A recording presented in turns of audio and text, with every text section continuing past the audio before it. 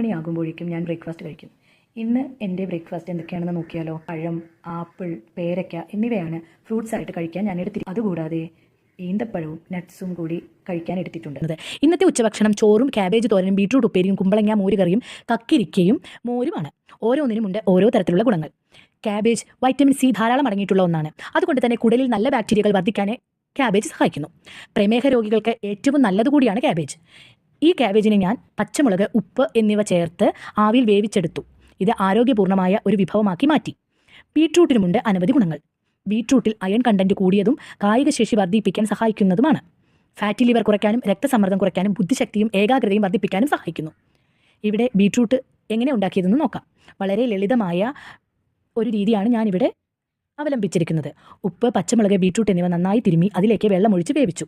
നിങ്ങൾക്ക് ആവശ്യമെന്ന് തോന്നിയാൽ സ്വല്പം എണ്ണ കൂടി ഒഴിക്കാം.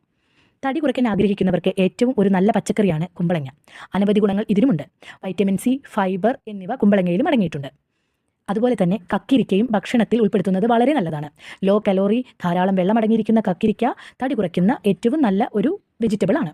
Cholesterol free, fat free, sodium free, gluten free എന്നിവ കക്കിരിക്കയിൽ അടങ്ങിയിരിക്കുന്നു. കടഞ്ഞെടുത്ത പച്ചമോര്, മോരിൻ്റെ ഗുണങ്ങൾ, പോഷക ഘടകങ്ങൾ എന്നിവ മോര് ഡെയിലി കുടിക്കുന്നത് കൊണ്ടും അത്യുത്തമമായി മാറുന്നു. ശരീരത്തിൽ നല്ല ബാക്ടീരിയകൾ ഉണ്ടാകാനും പുളിക്കാത്ത മോര് സഹായിക്കുന്നു. ഇതുപോലെയുള്ള ആരോഗ്യ ഗുണങ്ങളോട് കൂടിയ ഉച്ചഭക്ഷണം കഴിക്കുമ്പോൾ നമുക്ക് വിശപ്പ് ശമിക്കും. അതുപോലെ ശരീരത്തിന് വേണ്ട എല്ലാത്തരം വൈറ്റമിനുകളും കിട്ടുന്നു.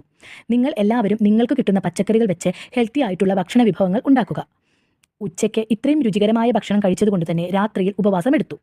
ഞങ്ങളുടെ വീഡിയോകൾ നിങ്ങൾക്ക് ആണെങ്കിൽ ഞങ്ങളെ സപ്പോർട്ട് ചെയ്യാനും ഞങ്ങളുടെ വീഡിയോകൾക്ക് ലൈക്ക് ചെയ്യാനും മറക്കരുത്. അഭിപ്രായങ്ങൾ രേഖപ്പെടുത്തുകയും വേണം. താങ്ക്